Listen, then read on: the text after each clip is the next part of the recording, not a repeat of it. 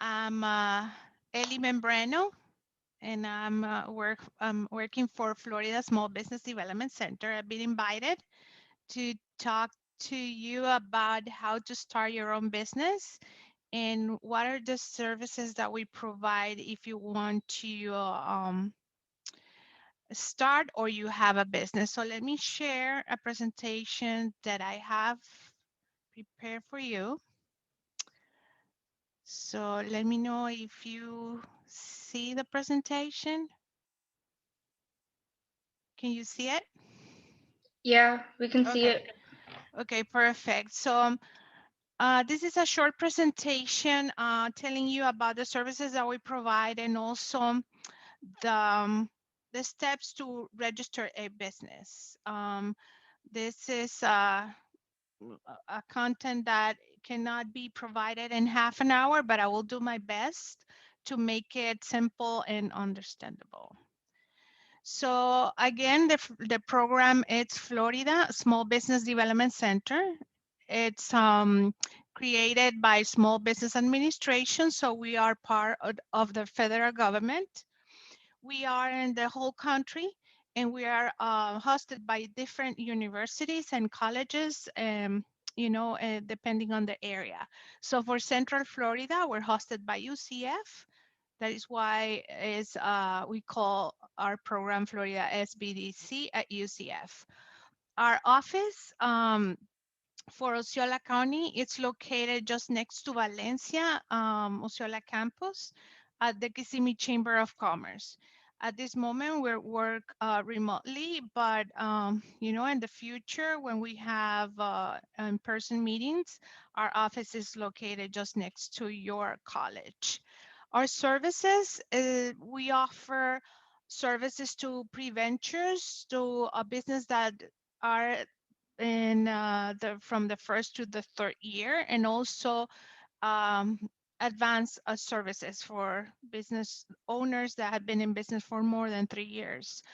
Our main services are consulting one-on-one. We're consultants in different areas of expertise to help you start your business, applying for a loan, government contracting, human resources, marketing, social media, etc. We also have training workshops now with COVID. We provide webinars online that are hosted by different programs, towards to assist small business owners.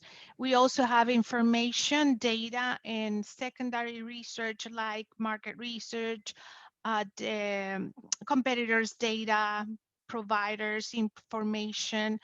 Um, all those services are unlimited and no cost for the business owner. So if you don't have any question about the program per se, I can start with the process how to start a business. Okay, so once we have the plan to start a business, we have to ask some questions first. We need to know ourselves. We need to know our weaknesses and strengths to know if we're ready to start a journey like a business. Do you have passion for your idea? I have so many clients that come to my office and ask, what is the business that is very trendy at this moment or is making more money? And it's not about that. It's just about what are you good at? What are your knowledge? What is your passion for? So that's very important because once you have a business, you're going to have a lot of milestones and challenges. If you don't have that passion, it won't be easy for you to continue with the with the with the business. So what is your knowledge about? Do you have experience of on the business that you're planning to open? If not, it's good idea to have an opportunity to practice or at least to register to act as a volunteer in the industry that you're planning to have your business on. Do you have enough capital? Do you have money? And let me tell you something that it's happening with this in this time of COVID when a lot of people are listening.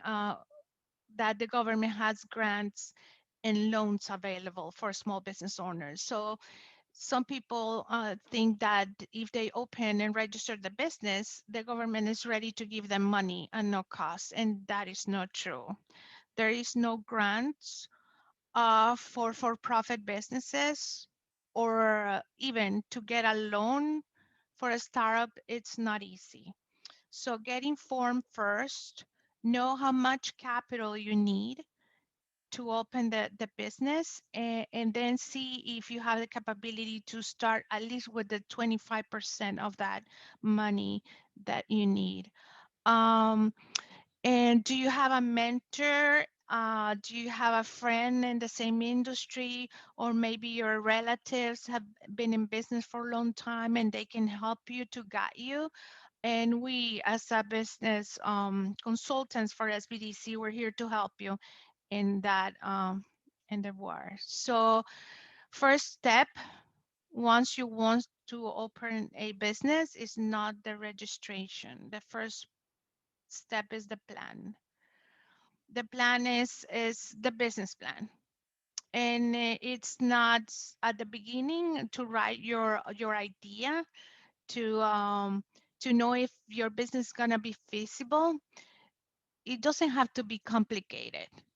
You need to write what you have in your mind, what you see in the future, um, to understand if you know enough, to start the business, and to be prepared of this with the steps that you don't have enough resources or knowledge.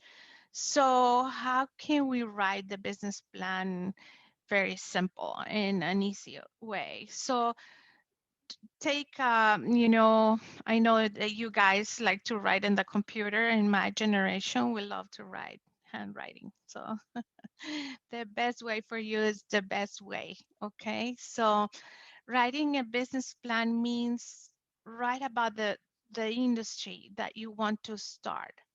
For example, if you want to be a barber shop, try to write a little bit about what type of barber shop do you want.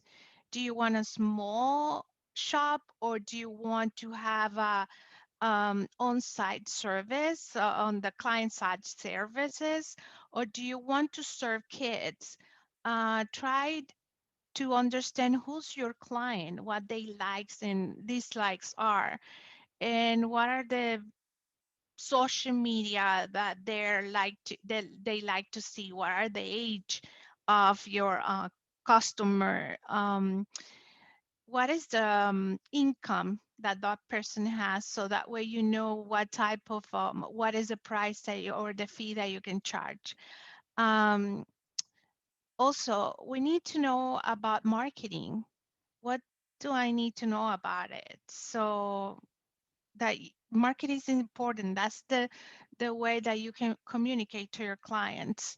So marketing will be then having a simple website, my social media, my content.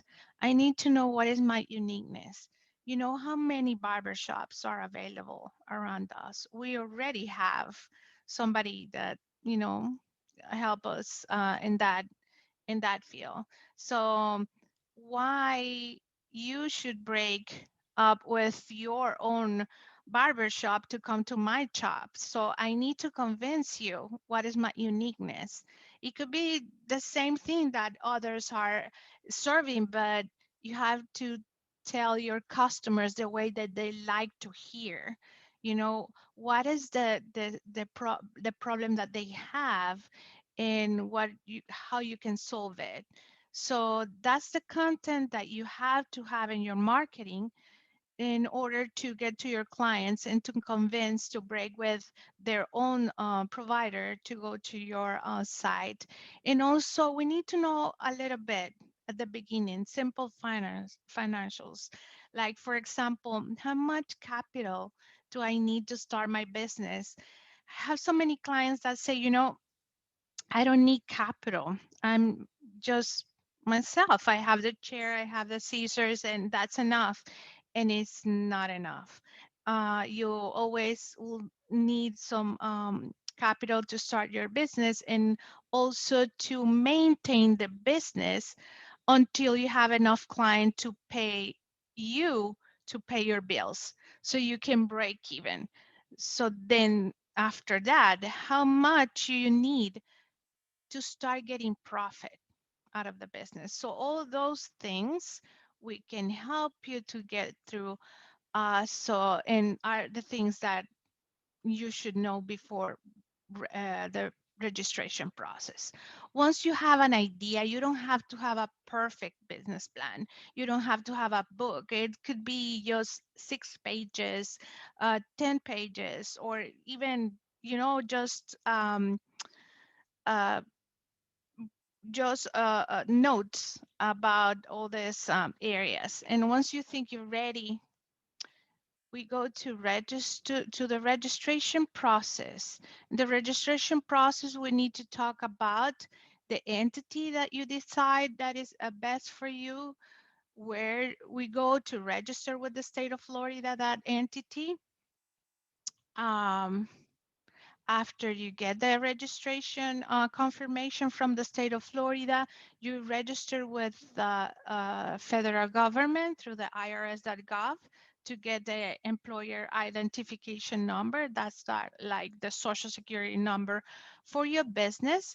You should open your bank account as soon as possible. And all the money that you're going to invest in the business has to come from that bank account.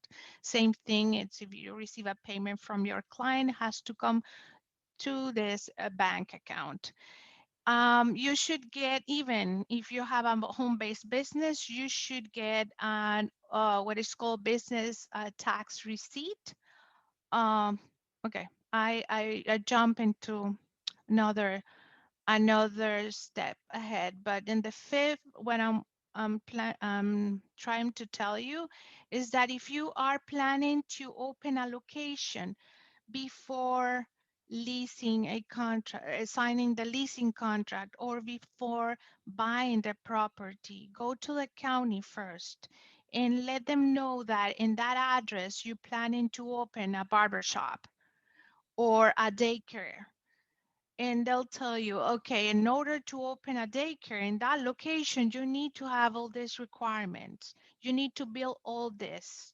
And you need to have all this in your building. So that way, when you go to get the permit, you'll have all the things that they need in order to approve it. What is the case, for example, if you're planning to open a daycare and you have a bar just next to that location, they won't allow you to open that daycare, okay, in the future. So if you have a lease contract already signed, that will be a problem for you, okay? Because you won't get the permit from the county. So that's a step that we advise to do proactively. Um, Once, depending on the type of industry that you try to open, you have to have a license, a professional license from the state of Florida. That is for example, restaurants, health industry, um, like a professional, like barbershop, nail spas, lawyers, and other industries that are regulated by the state of Florida. So if you want to know where to go, I'm here to help you. But if you want to find it out by yourself, you can go to openmyfloridabusiness.gov and write the type of industry that you are planning to open, and you're gonna have all the licensing that you need and the steps that you have to go through to get that license.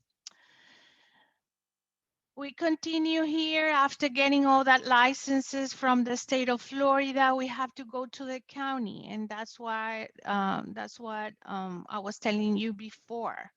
Even if you're in a home-based business, you need to get this permit, and it's called occupational license or business tax receipt. And this is with the county.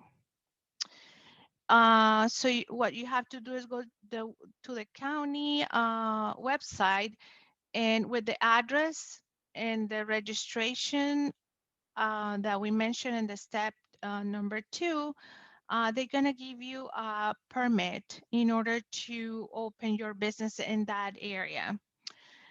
If you're a home-based business, it should be a business where you don't have any traffic coming to your house if you live in a residential area. You cannot have a truck park in front of your car, and the ads and all that are not allowed if you're in a residential area. If you're planning to open your business, the home, it has to be a mobile business, means that you go to your client site, or it means that all the business that you do is through the computer, all by phone. And if you have a location, you already went, remember, in the step before, and you already have all the requirements needed. So it will be easier for you to get this license. Step 8, it tells you about the Department of Revenue sales tax. If you sell goods or some services, if those are sales taxable, you have to get a number from the state of Florida in order to collect that tax from your customer and pay it back to the Department of Revenue. If you're not within those industries, you don't need this number. The step number 9 is insurance. Is recommended. It's highly recommended to have a general liability insurance for every type of business. And there are the certain industries that you have to have uh, a secondary insurance too. In regards number 10, if you are in the construction industry with one employee, you should have the workers' compensation insurance.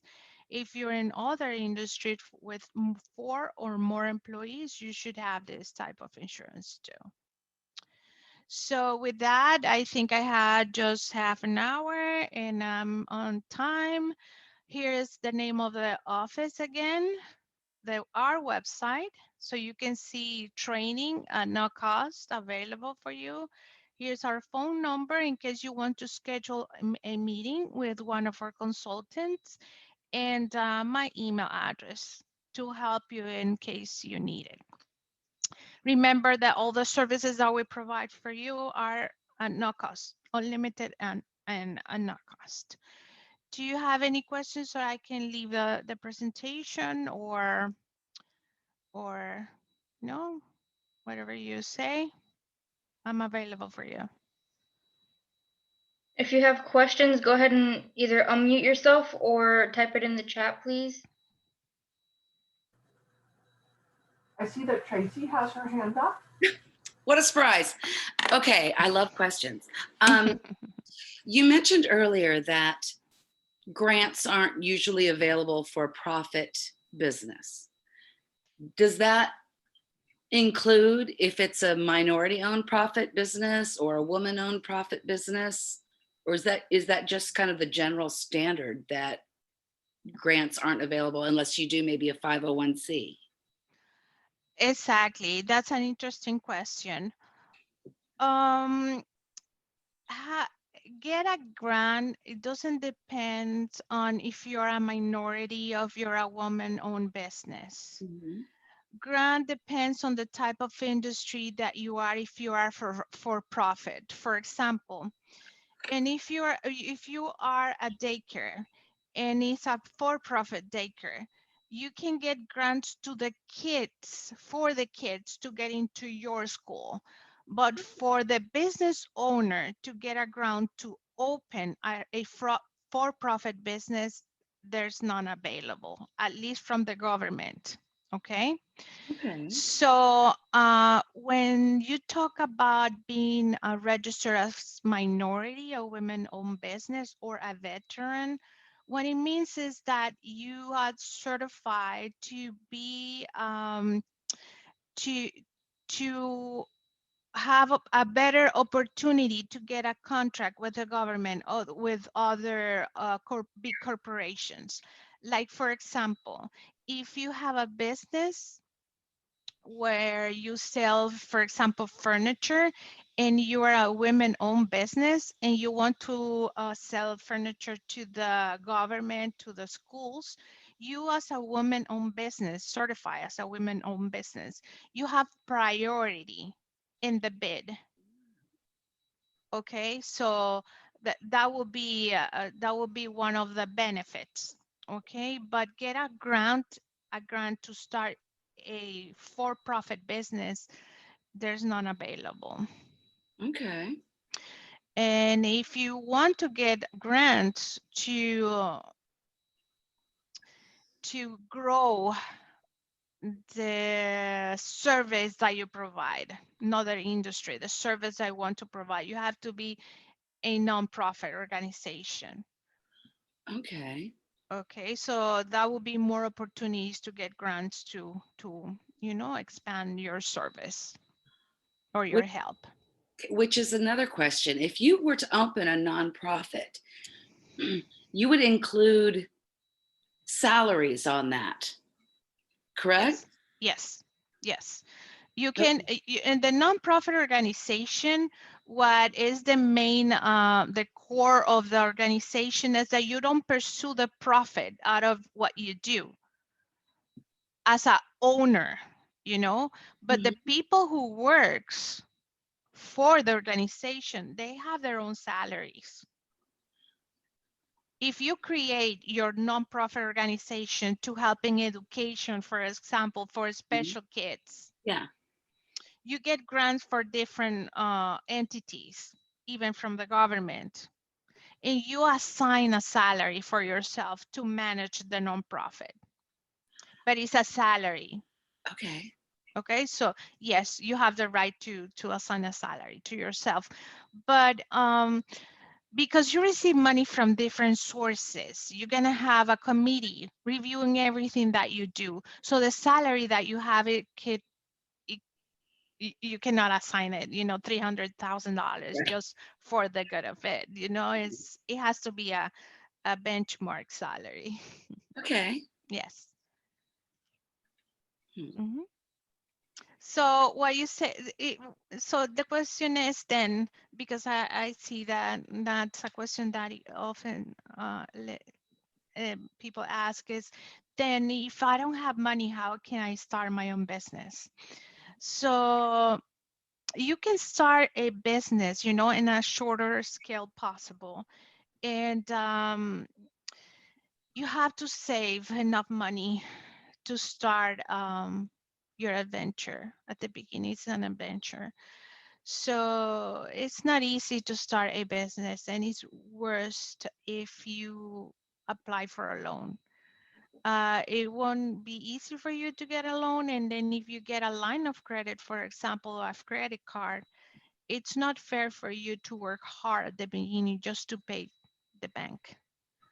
So the best advice is to make the scale of your business as shorter as possible, so and grow from there, or get a partner that has the capital to invest. Do you have any other question? Yes, there's a question in chat. It says, do you offer registered agent services as well, or only business advisory services? And the second portion is, and do you recommend a business to hire a registered agent? Okay, that registered agent, what it means is that if you are not in the state of Florida, you name somebody else to receive the communication from the government, or the other entities. So we don't provide that service. We just provide advices, resources, and training. Okay. Having a registered agent is not needed. If you're in the city where or in the state where you register the business, is it does you don't need to have a registered agent. Hmm. Mhm. How can you know how much money do you need to start a business? That's a very good question. And I have that question so many times from my clients. How much do I need to start my business?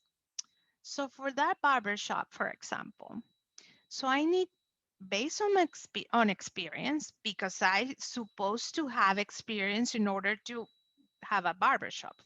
Okay, it's not just accreditation; it's experience as well. So I know what I need to start serving my client. But I need to think, okay, do I need to rent a chair? Can or I'm able to open a location? Or I will do that on my client side. So what is my plan first? What will be the stage of my business that I was mentioning before? So for example, if I say, no, I will be mobile. I'm going to go to my client side. What do I need?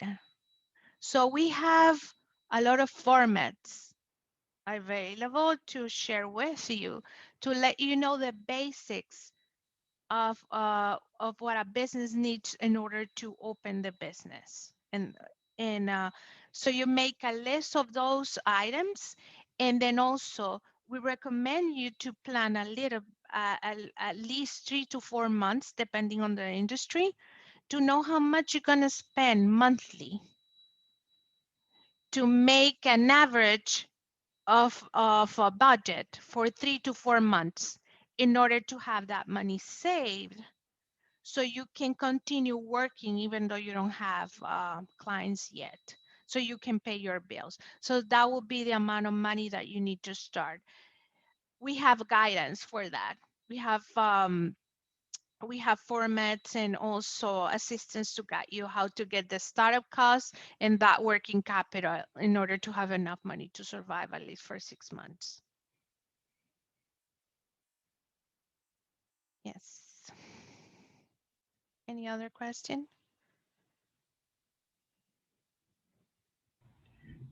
You said that at the beginning of the meeting, you said that you offered something like competitors' data and something like that, and I wanted to explore that a little bit more. Like, Yes. what does that service entail and what does it offer? Yes. So if you come to our office or to one of our meetings, not to the office because we're working remotely again, and you want to know how many competitors you have around your area, or what are they doing? Because when you start a business, it's healthy to know and about your competitors. Who are they? Where are they located? How much they're charging? How their website looks? So based on your industry, I have platforms, and also we pay subscriptions to know how many business of that industry are in your area. So I provide a list of competitors with names, address, phone numbers, name of the owner, and so we invite you to make a research of those competitors to see what they have that you don't have, or what you have that they don't have, so that way you overcome your weakness and be strong once you want to compete with, in the industry. Yeah, Yes. Mhm. thank you. Yes. Yes. We have plenty of resources at no cost. And that is part of your business plan. So for the webinars and workshops that you guys offer, is that something that is paid for? Is that something that the students can join in on too, or what? You you are more than welcome to visit our website, and you'll see that we have a list of training. So go to orlandosbdc.com slash, you don't have to use slash Osceola County. With just orlandosbdc.com, you're gonna see all the classes that we offer, not just in Central Florida, but in the state of Florida and the whole nation, and are at no cost. You just register and then attend the webinar. All right, thank you. Mhm. And we have webinars on business plans, business registration, patents, human resources, government contracting, women-owned business certifications, bookkeeping and taxes, marketing, social media, Google AdWords, everything that that the business owner should know, at least the basics. Now, Ellie, how did you get involved with the SBDC Involved in what as a business consultant? as a business consultant, you have to apply in the college that is hosted the program. For example, we are hosted by UCF, so our employer is UCF. So you have to look for opportunities open in the program through UCF portal. Mhm. Yes. Ronnie, I remember you from the last meeting. You asked a lot of questions last time. Hi, how you doing? Did you start the business? You had a business, right? Yeah, we already have the business. I remember. Yes, and how you doing? Pretty good, pretty good. We're still working on what area to market in and all of that. Yeah, we have experts in marketing. Remember, once you want to have a one-on-one with them, just let us know and we will schedule meetings with them through webinars. So you don't have to move and leave your business, or if you're at school, so you don't need to commute. You can have the meetings online. Through that website? Yes, Through the SBD? like Zoom meetings like the one that we're having right now, or Uh-huh. our meetings are through Zoom or Microsoft Team meetings. Yes. Oh, you got it. Yes. So call our program and they will schedule an appointment if you need. Our here's the phone number. I'm gonna share that again. So I've here's seen the you information. were mentioning something about companies that were in open for 3 years, that there was a service that you offered for them. From 1 to 3 years is general assistance. It's meaning try to organize the business, human resources, basics in human resources. If you have been in business for more than 3 years and you're a minority, it's time for you to get certified to get the benefits that we talked about before. And also government contracting, that's very strong. Get So certified with certified like a minority if you're a minority or a veteran, uh-huh. and also if you have been in business for more than 3 years, it's good for you to explore the government contracting, What if the business name has changed names it, within the the name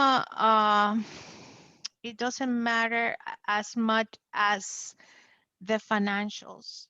Once you start a business, the name is more branding, yeah. marketing, and it's for the customer.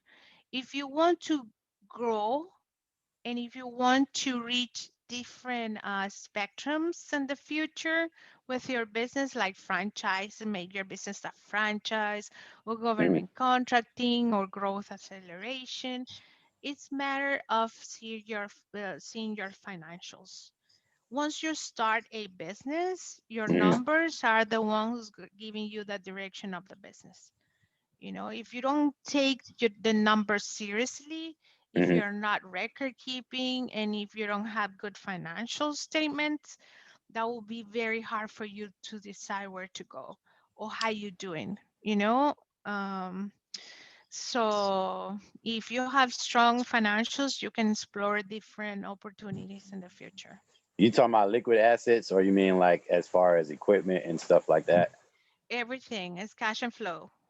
Cash flow and Cash the flow, supplies and profit and loss, and all that. Yes, it's okay. assets and also liquidity. Yes, cash and all that. Yeah, clientels and all that. No, we don't put clientels on contracts though. And I know that was a big thing before, where like if you tried to sell a landscaping company, they wanted to know how many contracts you had. And I'm really against doing the contract thing, for one, because I don't like suing people. And then for two, you got to chase people around. And um, I like to do pay as I go, pretty much like some of the phones are. Yeah, so you have to explore if you record keep and you're accounting those sales in the right way, you're doing right.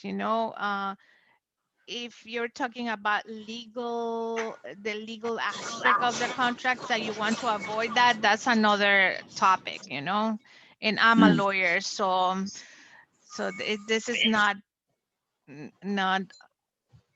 good at all. So, but we can talk about it later in a meeting if you want. So Ellie, you said you're a lawyer. What type of practice is it? Are you a business?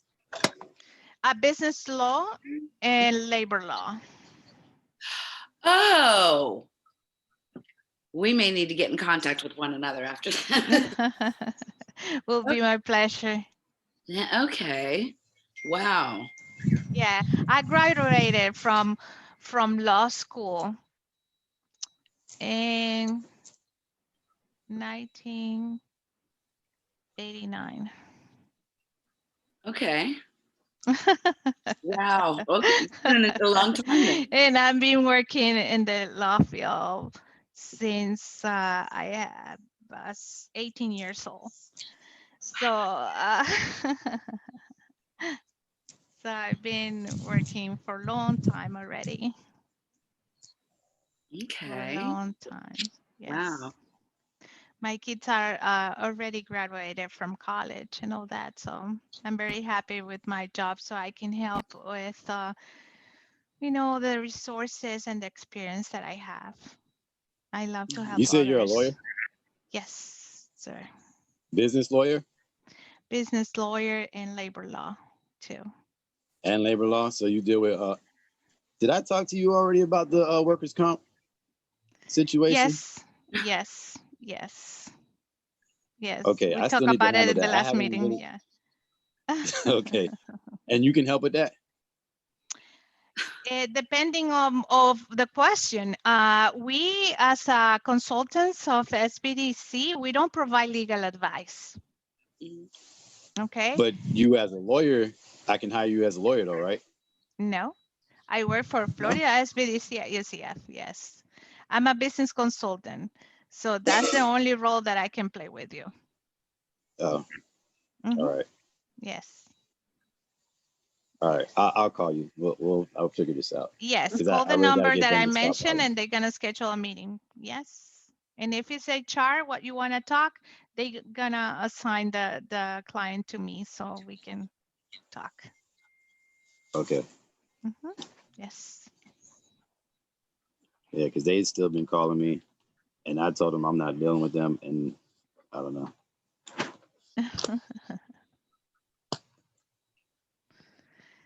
So do you have any other question on how to start a business and the services that we provide? Mhm. Remember that we have programs all over United States. So if you have family, friends that have businesses in other states or cities, there's SBDC everywhere, you know, hosted by different colleges or universities or Chamber of Commerces, but we're SBDC everywhere, and we don't charge. Non-SBDC will charge for the services that we provide. Okay. Okay, so if I were to start a business and it was, say it's primarily operating from my home, uh, but not involving clients coming to pick things in or up, but say if it was, I don't know, a recording business or something where I would do recordings and then try to maybe get them out to schools out of the state. Is there a different requirement for that? Or because of the internet, does like one license cover everything? I mean, are you allowed to do business in other states if it's an internet based, or how does that work? If you're providing the service, if your office or your business is registered in the state of Florida, you have to have the license in order to provide that service since the state to other state.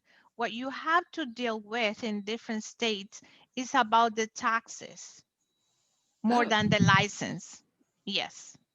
So our different taxes, for example, in Florida, we don't pay income tax. But in other states, you can be charged, you know, and sales tax as well. In this state, maybe the service that you want to provide, you don't have to pay to charge sales tax, but in other states, you have to. on services. Depending, I don't know. Every state is different, you Oh, know. We okay. have to know what are the legalities in each state. But if you're planning to offer that type of service, an online service, or to retail online, you can either call one of our consultants in the state that you want to offer that service or product, or you can hire a CPA. So the CPA will help you how to, you know, configure all the taxes or eventualities that you have to deal in every state. Okay. Thank you. Yes, yes, you're welcome. Oh, And that that sites that I mentioned before, Open My Florida Business, that gov has the all information needed in order to register a business and getting the licenses needed for the type of industry that you're planning to open. You just write the industry and you're going to have all the steps that you need to go through, similarly of the steps that I mentioned before, but that you have an opportunity to open all the links that will take you to the offices, websites, forms, applications, fees, and everything else. Everything that you need to know. Openmyfloridabusiness.gov. That's an official website. Do you guys, well, when you're starting like a non-profit organizations, will the government provide like grant to start? Like I know you said before they provide a grant for nonprofits, but the total money that the non-profit business needs, they will provide. Not specifically the government. There's other entities you have to find depending on the type of nonprofit that you're looking to open. What is the organizations that provide grants to that type of industries?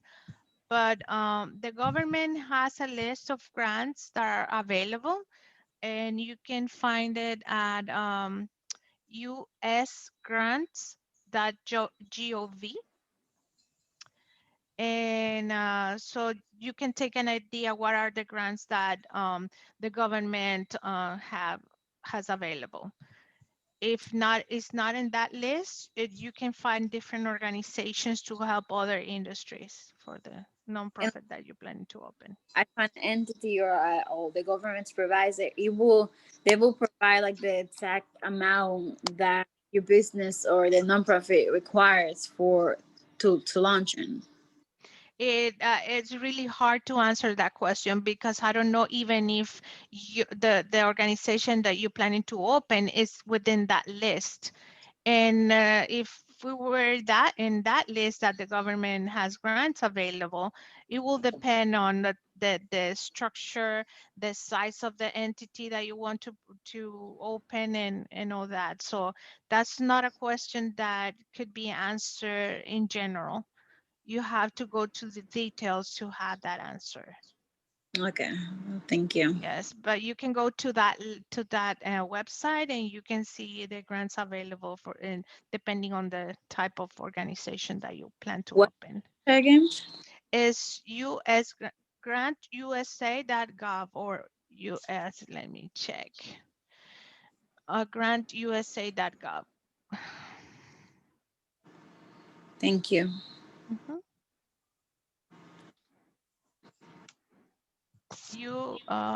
Yes, I'm sorry, it's USA, I'm sorry, grants.gov. USA, I meant. USA is USA.gov and then grants/grants.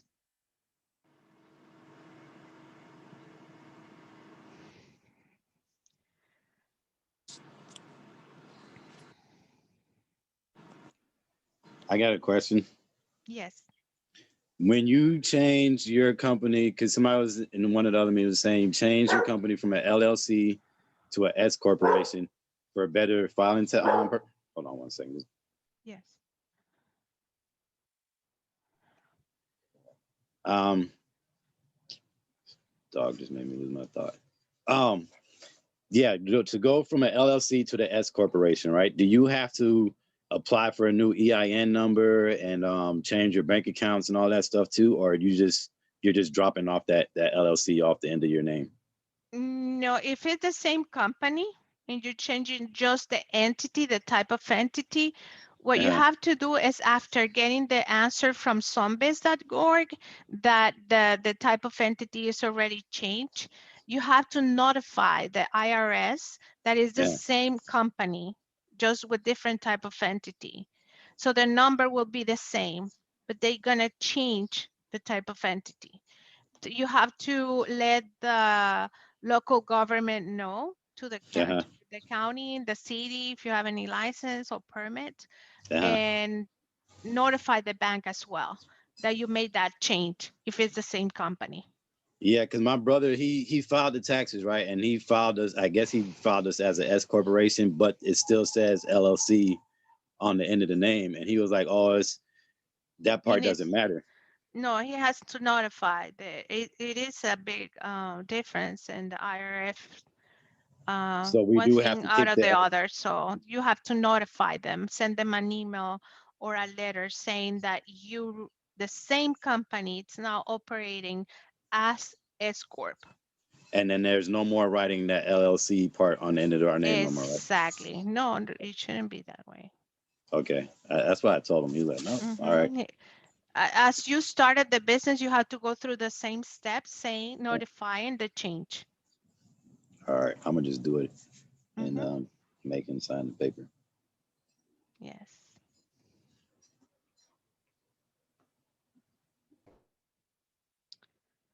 So Destiny, I don't know if you Yeah, I'm can waiting have to more see if questions. there's any more questions popping up in the chat or if anybody else Yes. has anything to ask. I'm not seeing any movement. Okay, that's good. Thank you for being a guest speaker for us. So I look forward to having you come back again in the fall. Yeah, my pleasure. I always love helping you in the way in my way possible, and also, remember you that we are available for you and for your family and your friends, and any topic related with small businesses. Hmm. Yes, thank you. Okay, so I'm free to go, right? Yes, You're gonna you're stay free to together. go. Thank you. Okay, Thank you. bye. Stay Wonderful. safe, okay? Thank you. Bye. Thank you. God bless you.